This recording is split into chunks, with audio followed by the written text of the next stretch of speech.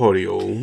আখণ্ড সংহিতা অথবা পরম পূজ্যপাদ শ্রী শ্রী স্বামী স্বরূপানন্দ পরমহংসদেবের উপদেশ বাণী, পঞ্চম খণ্ড, অতীতের অনুসরণ প্রবৃত্তি।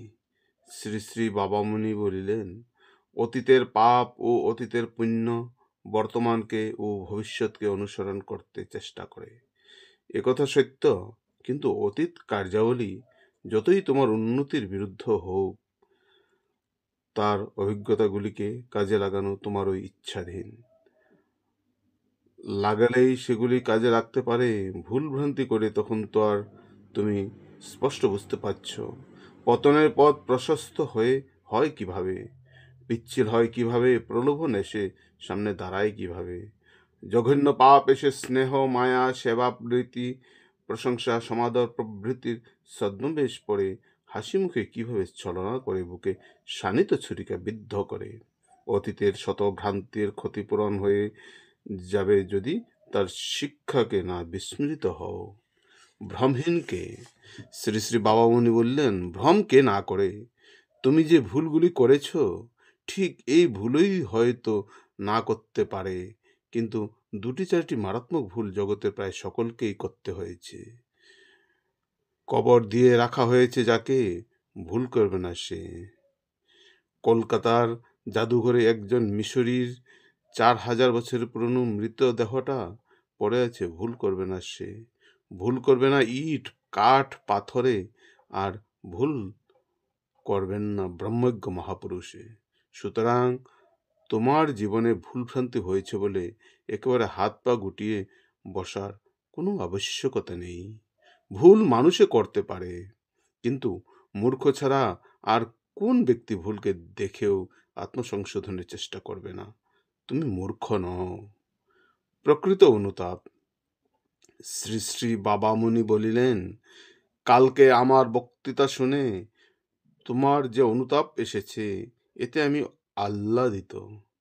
আমার শ্রম সার্থক হয়েছে, কিন্তু আমি চাই তুমি আরো অনুতপ্ত হও। এত অনুতাপ তোমার হোক যেন তার তাপে তোমার হৃদয়গত আরো শত শত অন্যায় লালসা ডালে মূলে দগ্ধ হয়ে যায়। এত অনুতপ্ত হও যেন বিপদে আর চলবার তোমার রুচি না হয়, শক্তি না থাকে। দুদিন থেমে থেমে যদি আবার তুমি এই পথেই চলো, তবে আমি বলবো না যে তোমার প্রকৃত অনুতাপ এসেছে।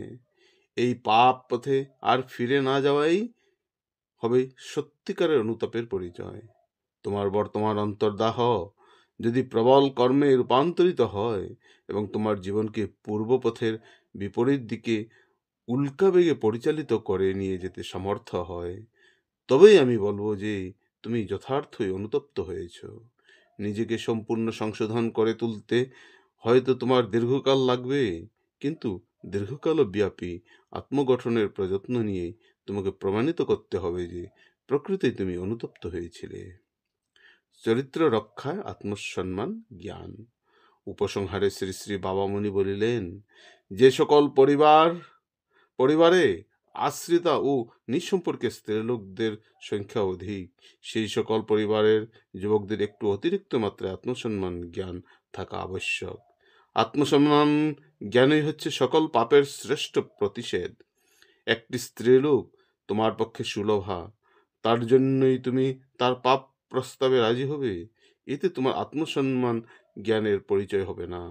একটি স্ত্রীলোক তোমার সঙ্গে খুব মিশছে, এতেই তুমি মনে করে বসবে যে তোমার প্রতি তার পাপাভিলাষ আছে? না, এতেও তোমার আত্মসম্মান জ্ঞানের পরিচয় হবে না। যার আত্মসম্মান জ্ঞান আছে, সে কখনো অপরকে সহজে কুচরিত্র বা পাপাভিলাষী বলে মনে করে না। একটি স্ত্রীলোককে সহজেই তুমি বাধ্য করতে পারো, সেই সুযোগ সুবিধাগুলি তোমার হাতে রয়েছে। তারই জন্য তুমি তার নিকটে অসদ অভিপ্রায় ব্যক্ত করবে? না, তা তুমি করতে পারো না, কারণ এতে আত্মসম্মান জ্ঞানের পরিচয় প্রদান করা হবে না। আত্মসম্মান জ্ঞান সম্পন্ন ব্যক্তি নিজের চরিত্রের দুর্বলতার বিষয়ে নিতান্ত লালসায় পড়েও কাউকে জ্ঞাপন করে না। প্রাণপণে আত্মদমনে হবে আত্মসম্মান জ্ঞান লাভ জ্ঞান যার আছে, সে কোনো স্ত্রীলোকের নিকটে আছে জেনেও না জানার ভান দেখিয়ে বসন-ভূষণ অসম্পৃক্তভাবে রাখতে পারে না বা কোনো অভদ্র ইঙ্গিত করতে পারে না। এই জিনিসটি তোমার ভিতরে ছিল না বলেই তুমি এত দুর্ভোগ ভুগেছ। কিন্তু আত্মসম্মান বোধ যার আছে, সে একবার দুবার ভ্রান্ত পথে ঝোঁকের বসে চলে গেলেও অতি দ্রুত নিজেকে সামলে নেয় এবং জীবনে আর ফিরে ওই অন্যায় কাজ করে না। যুবকটি শ্রী শ্রী বামুনির সহানুভূতিপূর্ণ অপূর্ব উপদেশ বললি শ্রবণে কৃতজ্ঞতায় ভুলুণ্ঠিত হইল। হরি ওম।